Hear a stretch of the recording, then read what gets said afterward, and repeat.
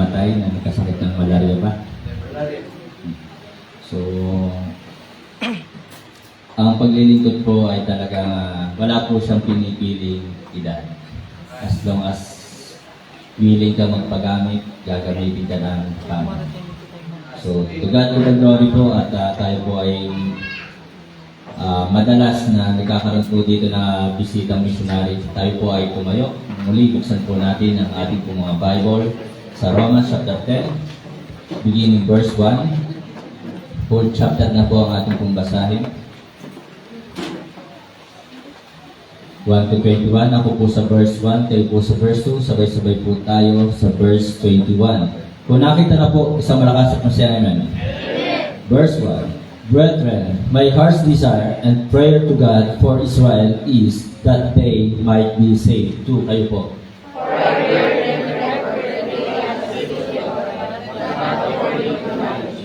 For they being ignorant of God's righteousness and going about to establish their own righteousness, have not submitted themselves unto the righteousness of God. For Christ is the end of the law for righteousness for everyone that believeth.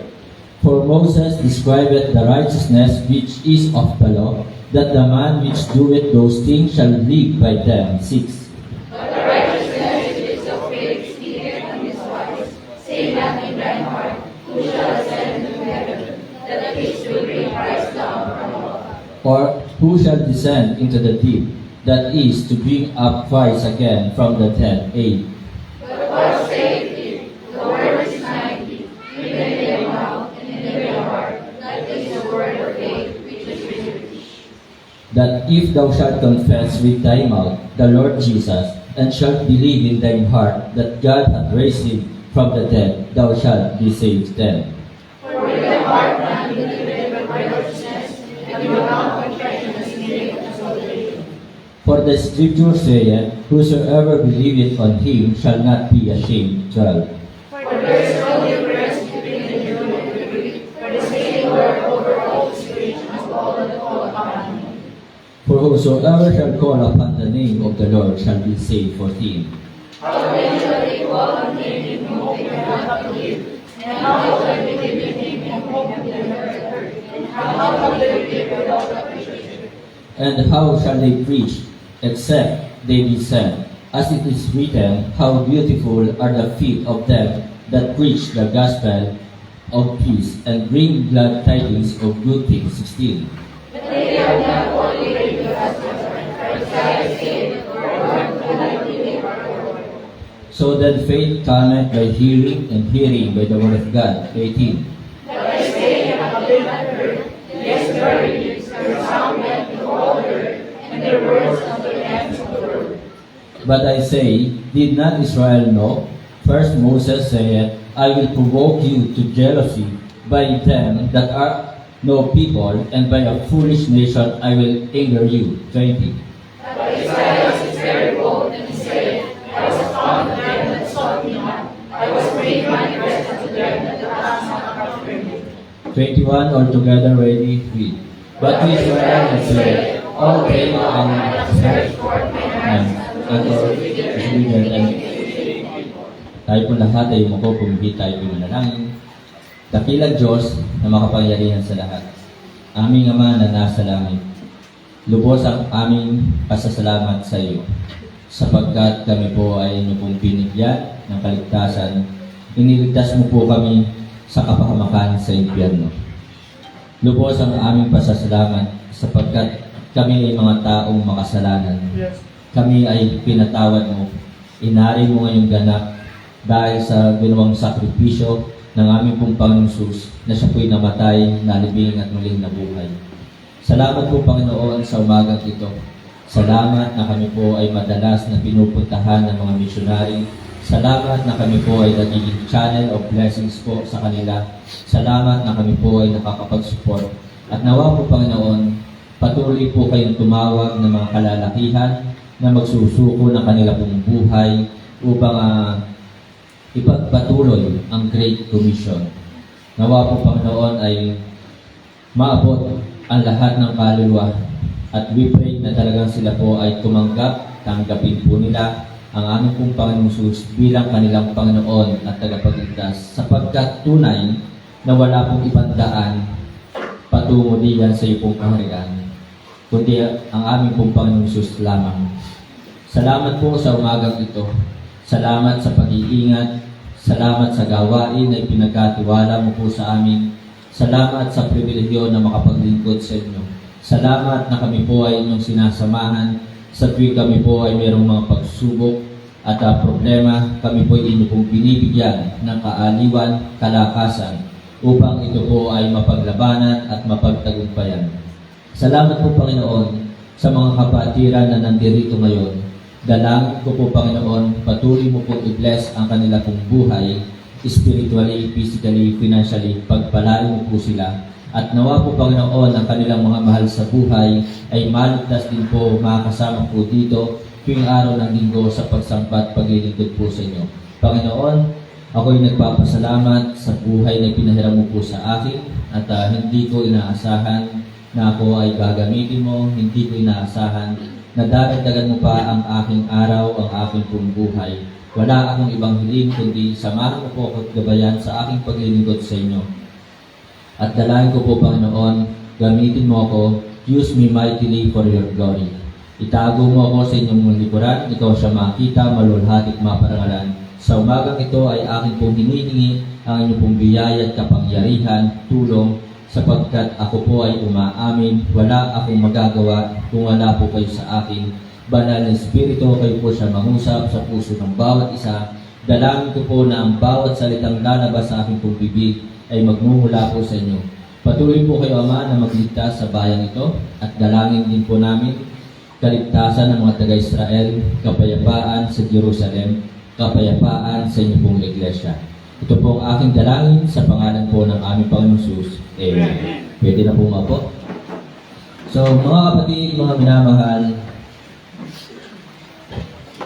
yung inawit po kanina ng aking pong bisita na missionary, na title ay Grace, napakaganda po ng buhay ng sumulat po noon. So, I think Laura. Hindi ko lang alam ang apelyido noon. So, kaya kung malalaman niyo po yung kwento ng buhay po ni Laura, masasabi ninyo po na ang inyong pong pagsubok na pinagdaanan ay wala pa sa kalingkingan ng problema at pagsubok na pinagdaanan ni Laura. Kaya mga kapatid, mga minamahal, lagi nyo sinasabi wala pong dahilan para tayo po ay tumigil or sumuko or magsawa or mapagod sa ating pong paglilingkod. Sapagkat sa kabila ng madilim na pinagdaanan ni Laura, siya po ay nagpagamit at naglingkod sa Panginoon. Ang bawat kinakanta po natin dito sa congregation at yung mga special number po, yan po ay meron po behind the scene na nangyari po diyan ng mga totoong buhay na nangyari doon sa kubanta o doon sa sumulat na mga inaawit po natin dito. At isang hamon po sa ating lahat na tayo po ay talagang dapat ay magpatuloy. Katulad na lamang po ng kumanta o sumulat ng I have decided to follow Jesus. So, maaaring ang iba dito ay hindi pa alam kung ano yung story behind of that song. Di ba? Na talagang buong pamilya, ang kanyang anak at asawa ay pinatay sa kanyang harap. So, isa-isang pinatay at tinanong po siya, will you still follow? Parang ganun po na tinatanong siya, ikaw ba ay susunod pa rin? Maglilingkod ka pa rin ba diyan sa iyong Diyos na si Kristo? So, sinabi ng taong ito, I have decided to follow Jesus. Kaya yun po nabuo ang kantang iyon. So, pinatay mismo sa kanyang harapan ang kanyang, I think, kung di ako nagkakamali, ay 2 anak. At pagkatapos na ito'y patayin, tinanong ulit siya, susunod ka pa rin ba? Maglilingkod ka pa rin ba? At sinagot niya, I have decided.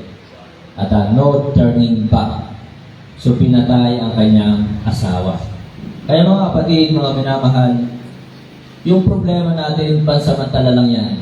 Ang pagsubok, pansamantala lang yan.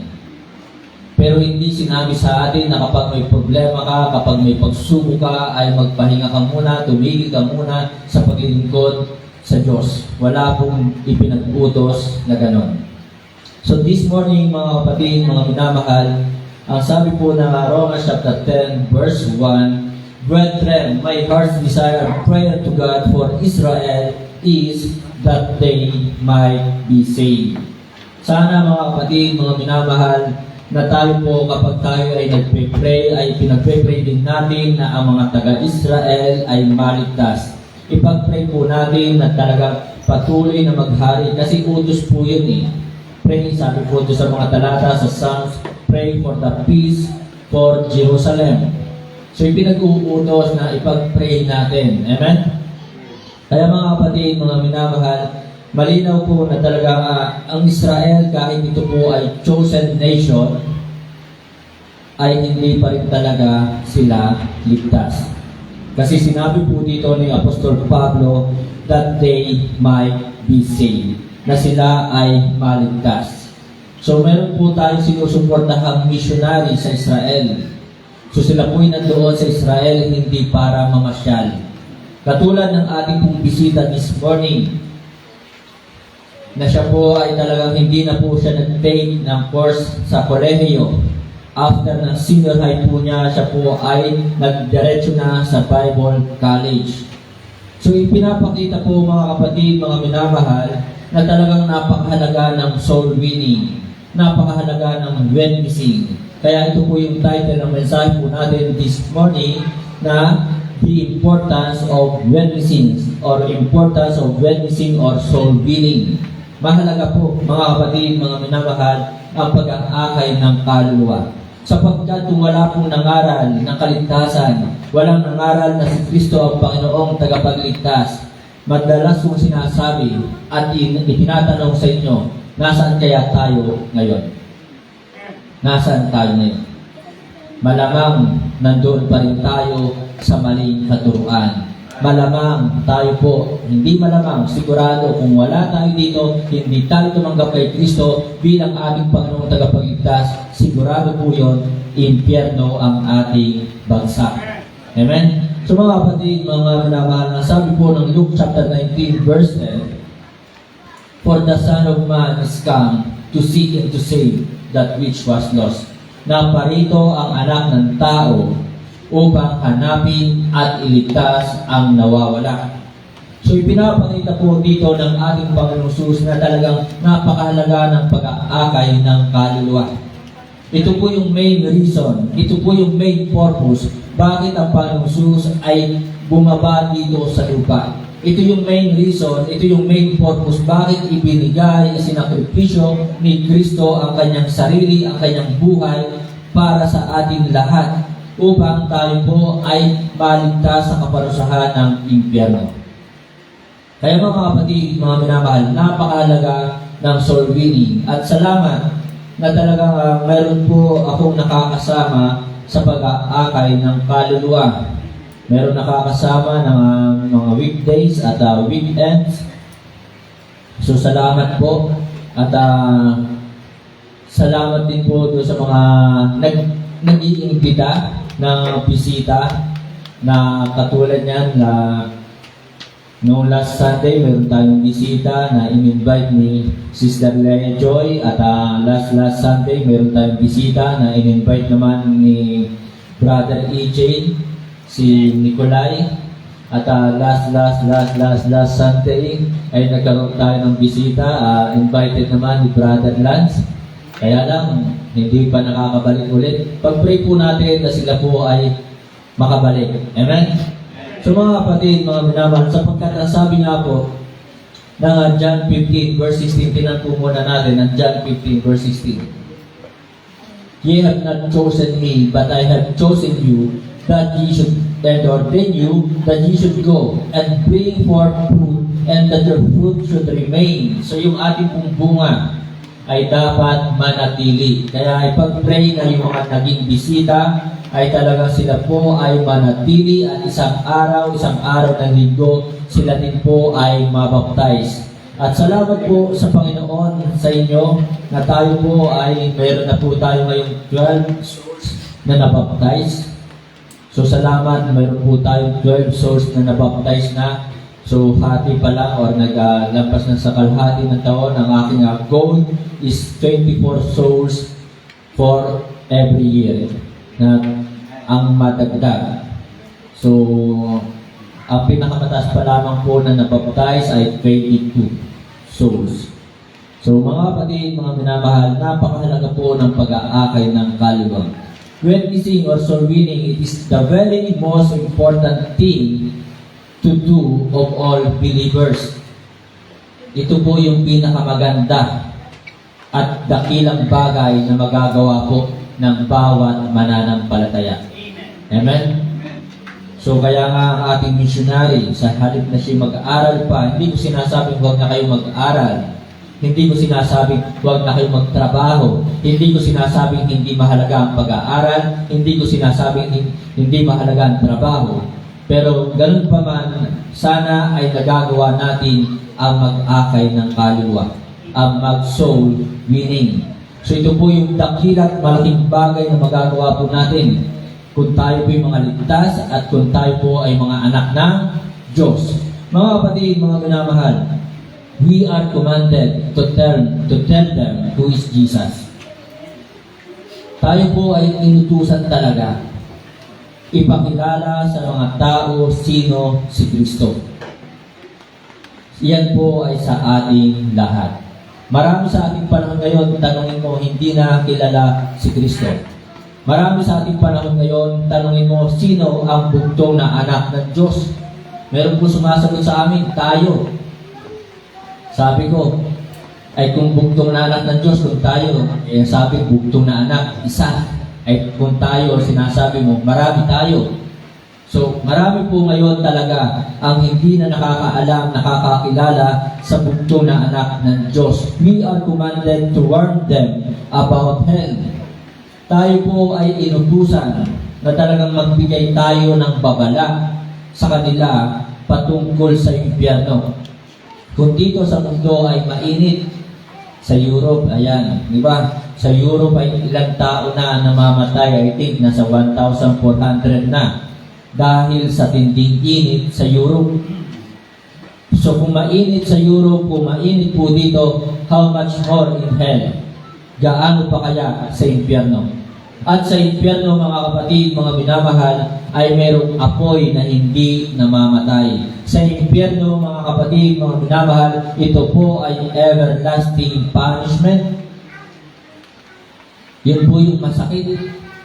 Na talagang yun po ay walang hanggang kaparusahan sa impyerno. Bawal ang dalaw po doon. Bawal ang tubig po doon. Bawal ang alak po doon. Bawal ang chismisan doon. Diba? Hindi na makakapagmarites sa impyerno.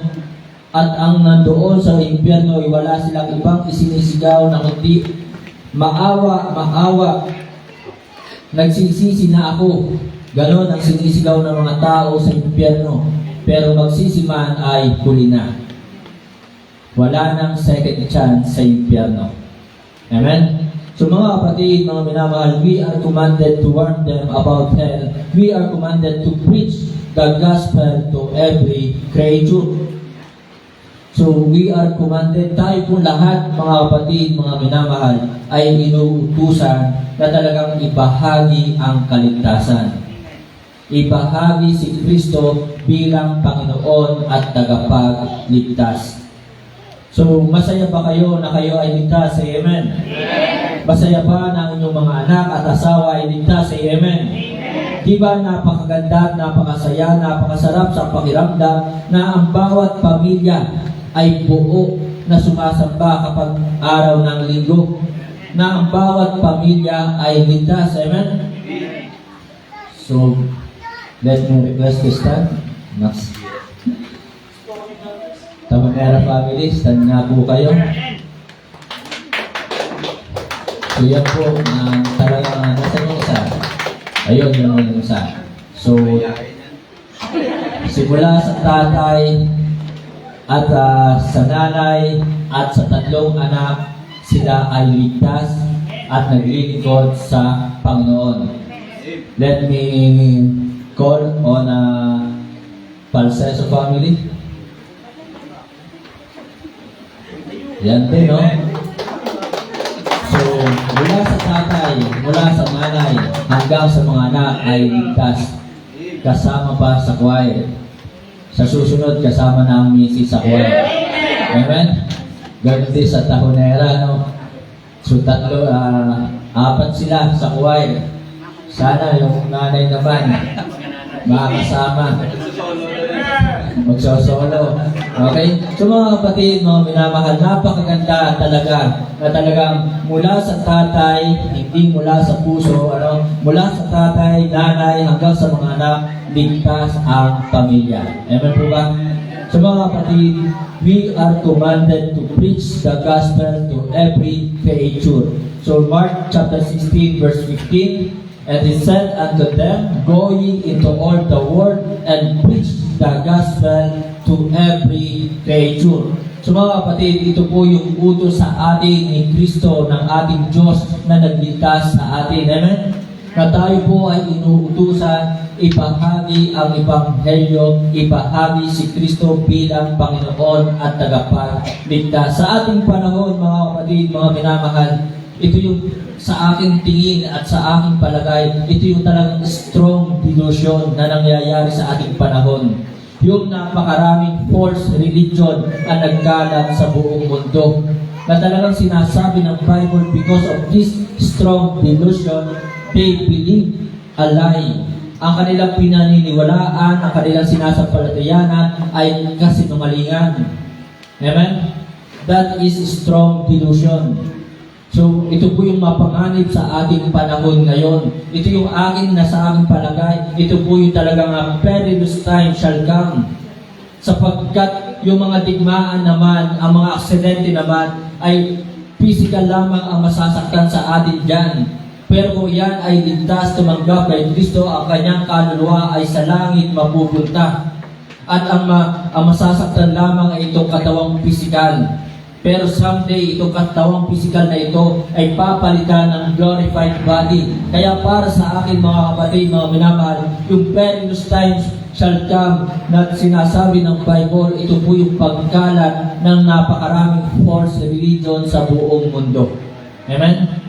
Sapagkat saan nila dadalhin ang kaluluwa ng isang tao? Dahil sa kanilang mga maling pagtuturo. Amen po ba? So, wala namang ibang daan na itinuturo ang Bible kundi si Kristo. Jesus said unto him, I am the way, the truth, and the life. No man cometh unto the Father but by me. So, wala nang ibang daan. Hindi pwedeng magkaroon ng bagong daan. Amen? So, si Kristo lamang ang daan. Kaya mga kapatid, mga minamahal, tayo po ay inuutusan talaga na sabihin sa mga tao sino si Kristo at ipangaral, balaan sila patungkol sa impyerno at ibahagi natin ang Ebanghelyo ni Kristo. Matthew 28 verse 19, go ye therefore and teach all nations. So yan po ang utos ng ating Panginoong Hesus na nagligtas sa atin. Go ye therefore and teach all nations. So tayo po ay magkaroon ng bahagi sa mga missionaries. Amen? Hindi natin kaya na makapunta ng ibang bansa. Hindi natin kayang kumain ng palaka. Hindi natin kaya maligo ng isang beses sa isang linggo. Hindi natin kayang kumain ng guyang or ng uod. Amen? Pero sa pamamagitan po nila ay makakatulong tayo para abutin ang mga kaluluwa doon sa ibang bansa. Kaya mga kapatid, mga minamahal, salamat po doon sa mga tapat na nagbibigay ng kanilang faith promise or a mission support para sa mission. Amen? So mga kapatid, mga minamahal, go ye therefore and teach all nations, baptizing them in the name of the Father and of the Son and of the Holy Ghost. And then sabi po ng Acts chapter 1 verse 8, But ye shall receive power after that the Holy Ghost is come upon you, and ye shall be witnesses unto me both in Jerusalem and in all Judea and in Samaria and unto the uttermost parts of the earth. So mga kapatid, yan po ang utos ng Panginoon. Kaya tayo po ay naniniwala doon sa whosoever na talagang ang sino mang sasampalataya kay Kristo ay maliligtas. So, kung mayroong pinili, salamat, so be it. Pero ang tanong doon, kailan sinabi sa iyo ng Panginoon Jesus na ikaw ay pinili? Diba? So, kailan sinabi sa iyo na ikaw ay piniling maligtas? So, ang kaligtasan po ay whosoever. Kaya mga kapatid, mga minamahal, sana tayo po lahat dito ay nagbabahagi ng kaligtasan. So ngayon po umaga mga kapatid, mga minamahal, the importance of witnessing. Una, napakahalaga po talaga ng pag-witness, ng pag-aakay o kailangan nilang maligtas sapagkat meron din po silang kaluluwang mapapahamak sa impyerno. Ako talaga masaya ako nung ako ay naligtas. Masaya ako na ako'y tumanggap kay Kristo bilang Panginoon at tagapagligtas.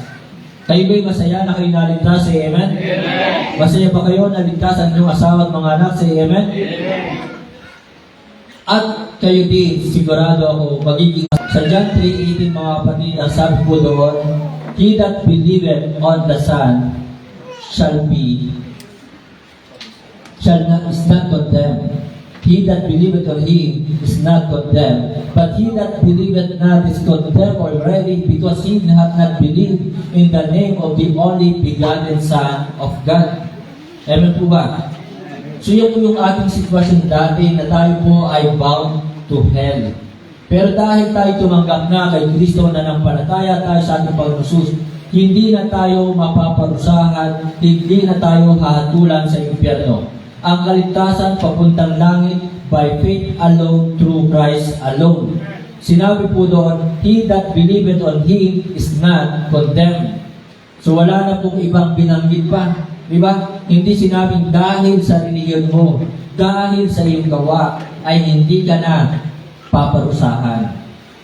So hindi po ganoon ang itinuturo ng salita ng Diyos. Ang itinuro sa atin, he that believeth on him is not condemned. And then Acts chapter 16, verse 30-31.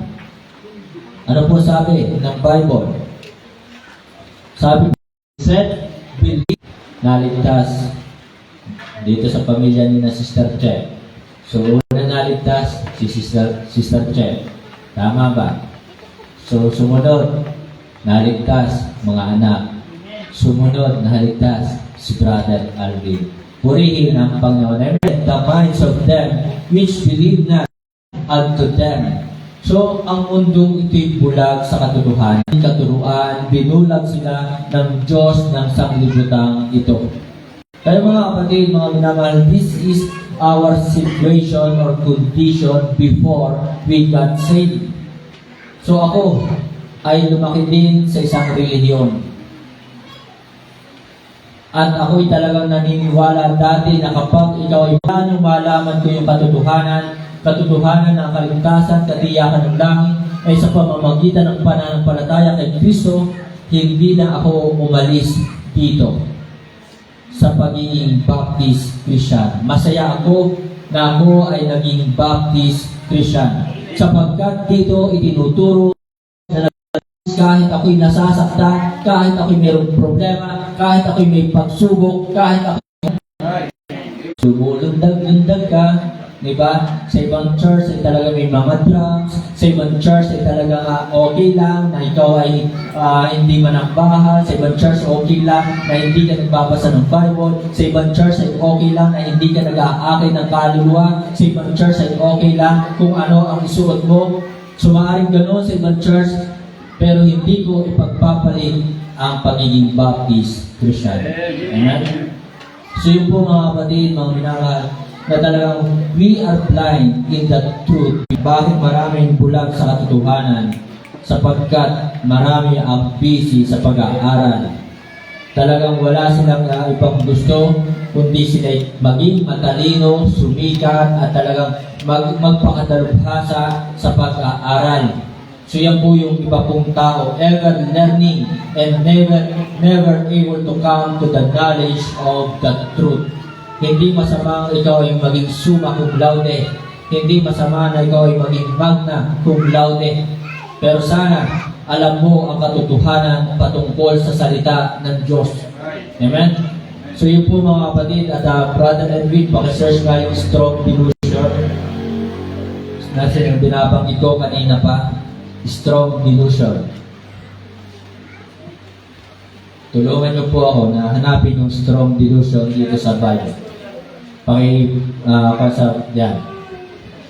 Sabi po dito sa 2 Thessalonians chapter 2 verse 11, and for this cause, God shall send them strong delusion that they should believe a lie. So yan po yung maraming tao ngayon.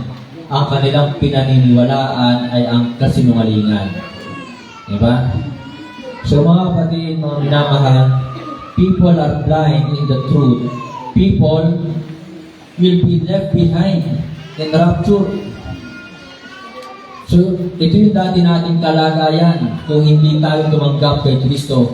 Kung hindi tayo nakapanampalataya kay Kristo, may iwan tayo sa rapture. Amen? Kaya mga kapatid, mga minamahal, napakahalaga ng soul winning, napakahalaga ng pag-aakay ng kaluluwa. Kaya mga kapatid, mga minamahal, that they might be saved. Sana tayo po lahat ay mag-akay ng kaluluwa. Amen? Then next, the importance of soul winning or witnessing. Sabi po ng Romans chapter 10 verse 2 to 5, pinag po niyo pong Bible sa Romans chapter 10, beginning verse 2. For I bear them record that they have a seal of God, but not according to knowledge. But not according to knowledge. And then 3, for they being ignorant of God's righteousness. Yan ang kalagayan talaga ng tao, na talagang sila po'y mangmang, wala po silang alam doon sa katuwiran ng Diyos. Hindi po nila alam paano maging matuwid sa harap ng Diyos, and going about to establish their own righteousness, na talagang ginagawa ng mga tao ay magtatag ng sarili nilang katuwiran. Yan ang ginagawa ng tao. Sinasabi nilang matuwid ka at ikaw ay magiging matuwid, ikaw ay ligtas kung aanit ka sa aming relihiyon. Ikaw ay maging matuwid sa harapan ng Diyos kung ikaw ay talagang gagawa ng mabuti. So hindi po masama ang gumawa ng mabuti. Pero hindi po iyan yung kaparaanan ng Diyos para tayo maging matuwid sa Kanyang harapan. Hindi ko sinabing huwag kayong gumawa ng kabutihan. Amen? So sabi po dito, to establish their own righteousness and have not submitted themselves unto the righteousness of God. Hindi sila nagpapasakop sa katuwiran ng Diyos.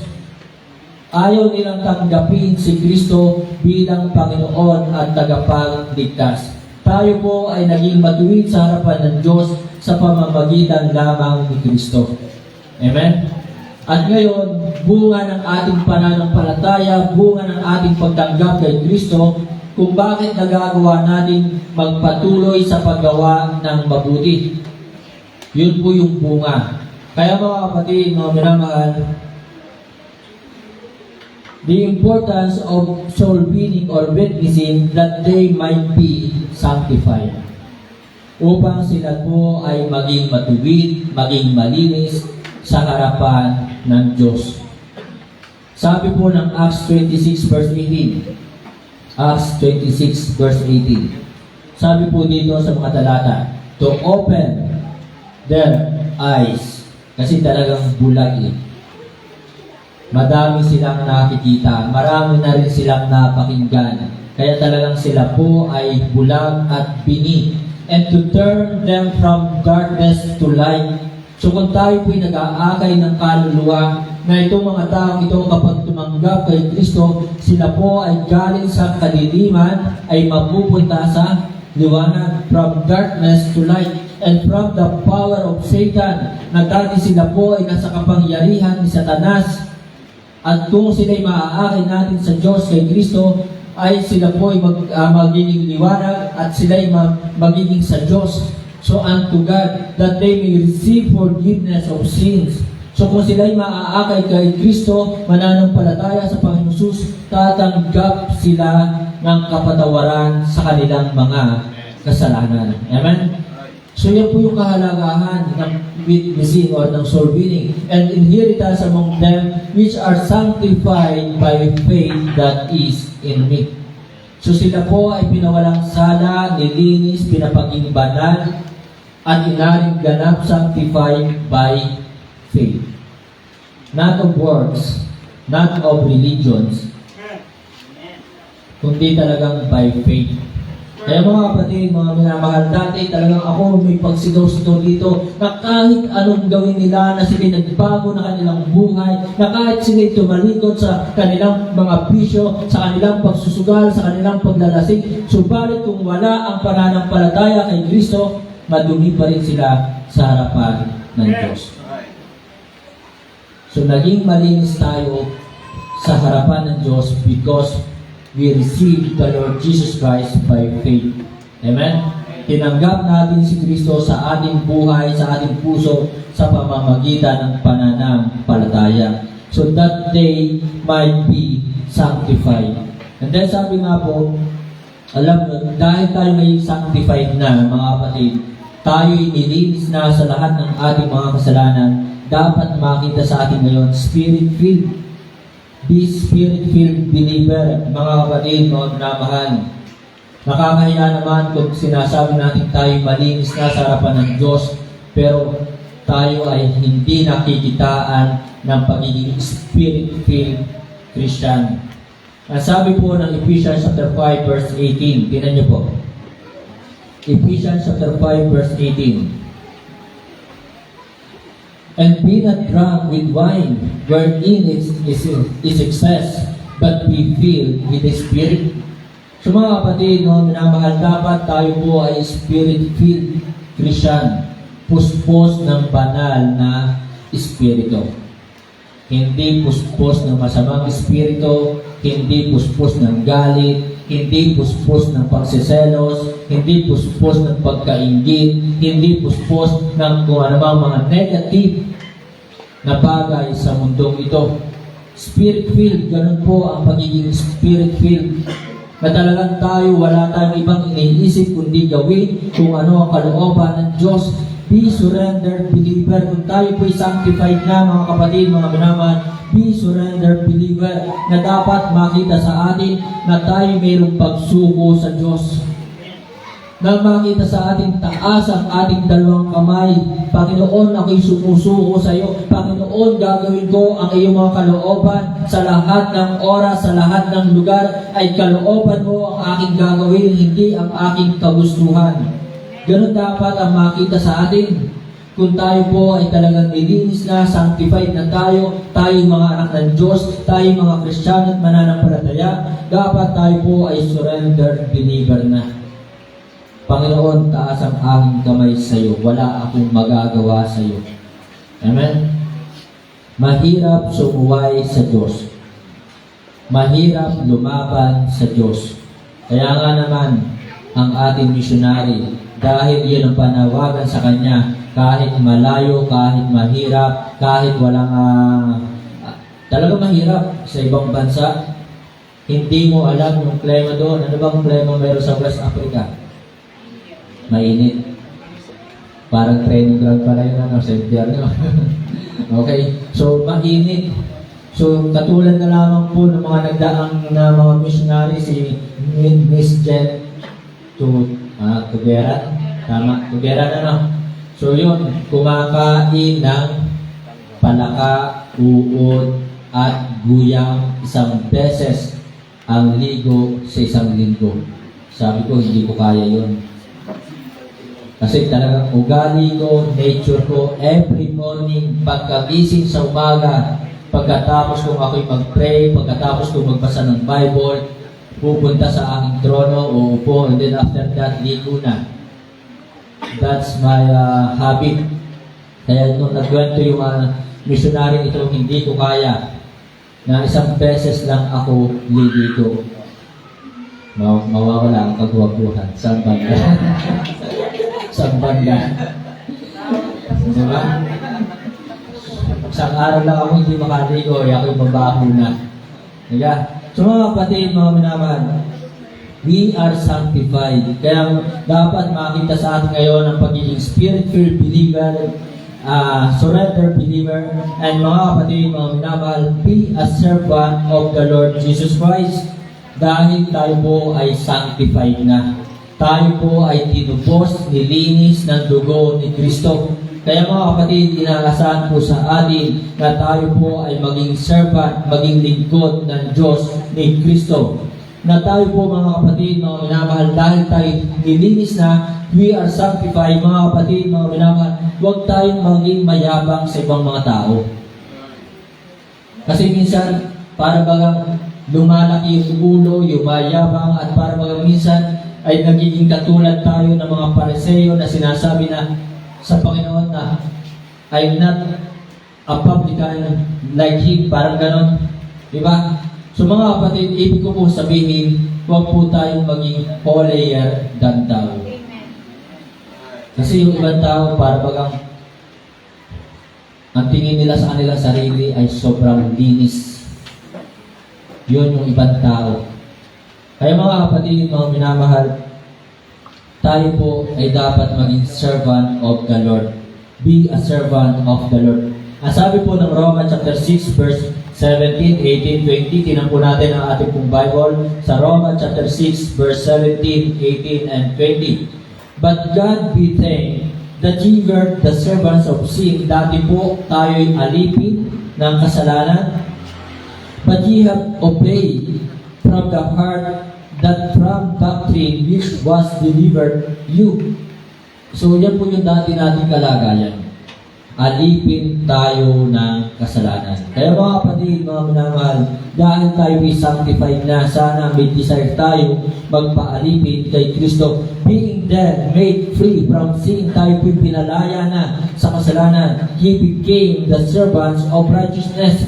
Na tayo po ngayon ay naging alipin ng katuwiran. Kaya dapat makita sa atin kung talaga tayo alipin ng katuwiran ay mga mabubuting bagay. Mabubuting bagay na ang dapat makita sa atin, hindi paggawa ng masama. Verse 20, for when ye were the servants of sin, ye were free from righteousness. Sapagkat nang kayo ay mga alipin ng kasalanan, kayo'y laya tungkol sa katuwiran. So yan po ang dati nating kalagayan. Kaya mga kapatid, mga minamahal, salamat, purihin ng Panginoon. Ipag-pray nyo na ito'y ating may pa-close. Pag-pray nyo po na ito'y maging close na at ipa-aircon. Amen. So prayer po, pagsama nyo po sa panalangin. For with God, nothing shall be impossible. Gusto nyo ba naka-aircon? Amen. Huwag nyo lamang akong tutulugan. Baka kapag napanood ko nito, magdala na kayo diyan ng folding bed o ng kutsyon at hihiga na kayo diyan. So, huwag nyo akong tutulugan. Nasaan yung ating member ng masa? Nawawala yung ating member ng masa. Hindi ko makita. Masandal ay tulog. Nakasandal na. Okay. So mga kapatid, if you are spirit-filled, if you are surrendered in our Lord Jesus Christ, kung talagang tayo po'y suko sa ating pong Panginoon Jesus, may pagsuko tayo. If you are a servant, your main concern or our main concern is to do the will of God. Amen?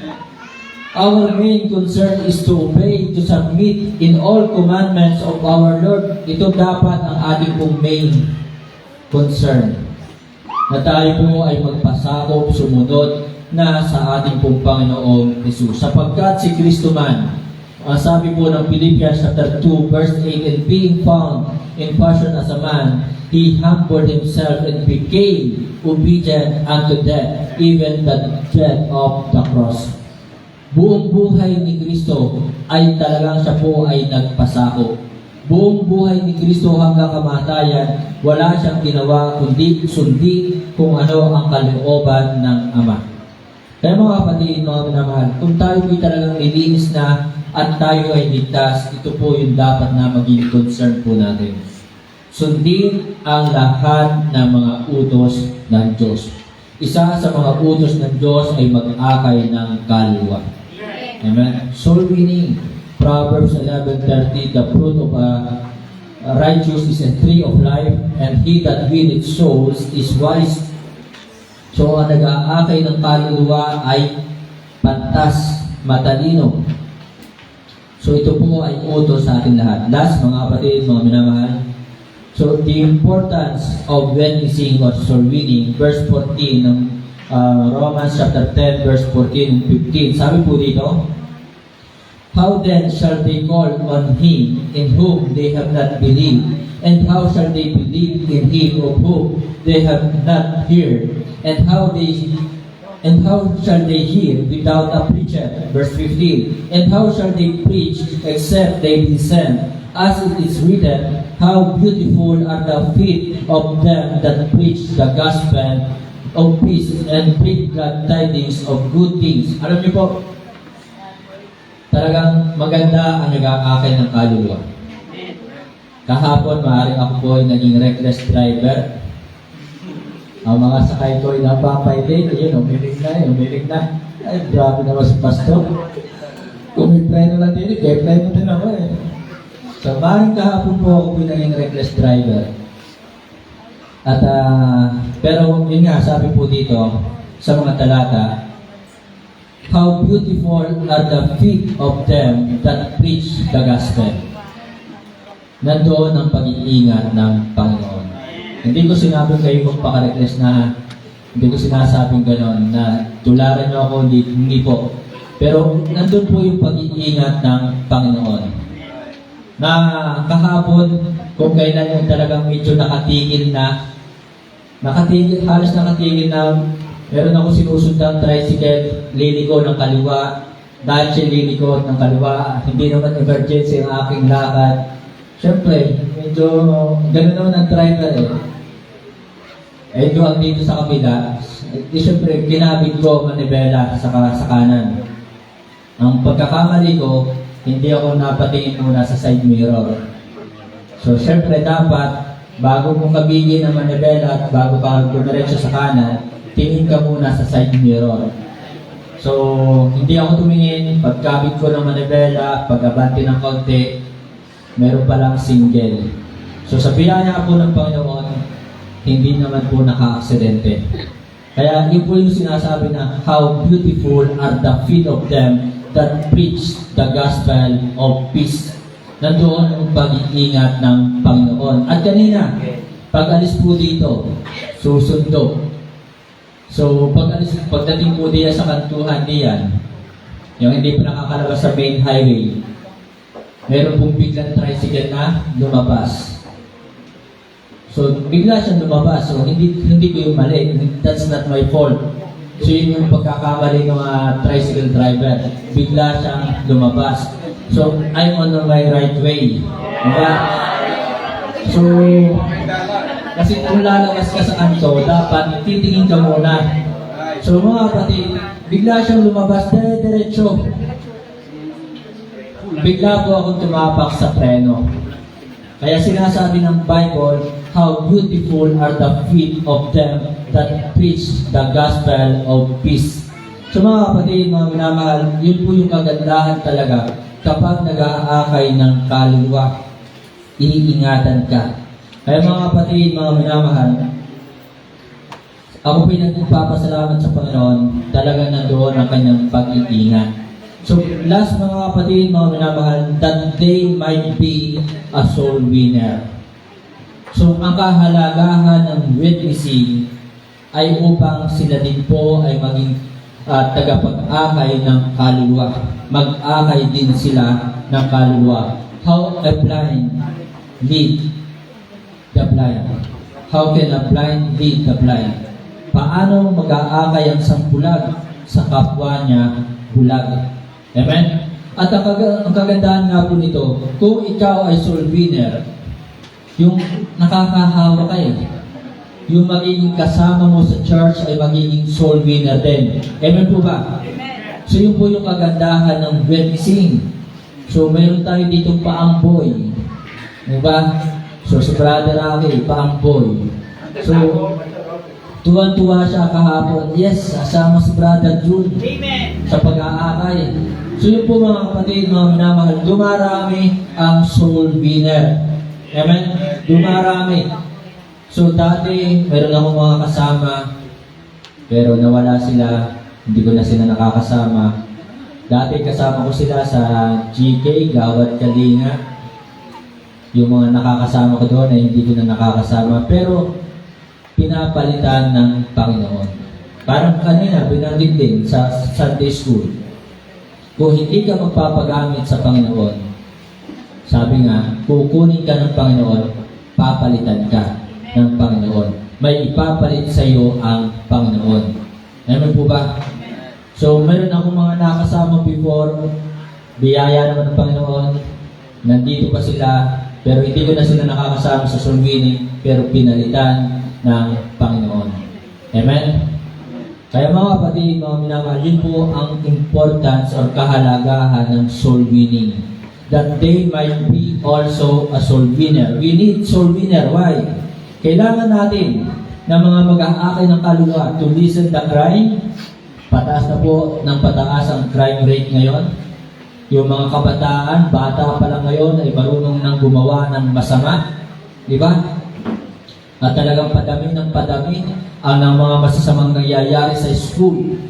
So kailangan natin maging soul winner upang mabawasan po yan na yung mga gumagawa ng mga hindi magagandang bagay. And then, to give glory to God. Upang tayo po'y makapagbigay ng kaluwalhatian sa Diyos and to transform the lives of many people para mabago ang buhay na napakaraming tao. Amen po ba? Amen. Nabago ba ang iyong buhay? Amen.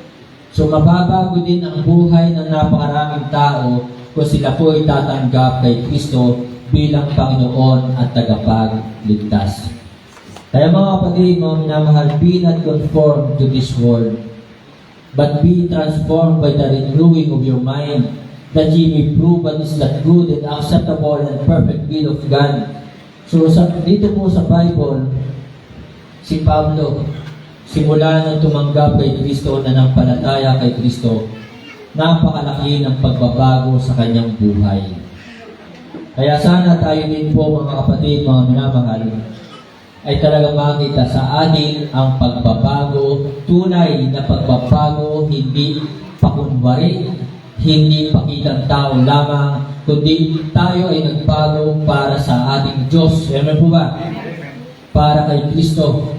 So hindi tayo magbabago ng ating ugali para tayo magpa-impress, para tayo magpasikat, kundi tayo po'y magbabago para kay Kristo. So to God be the glory, mga kapatid, mga minamahal, tayo po ay tumayo. Tayo po ay manalangin, yumuko, pumiti.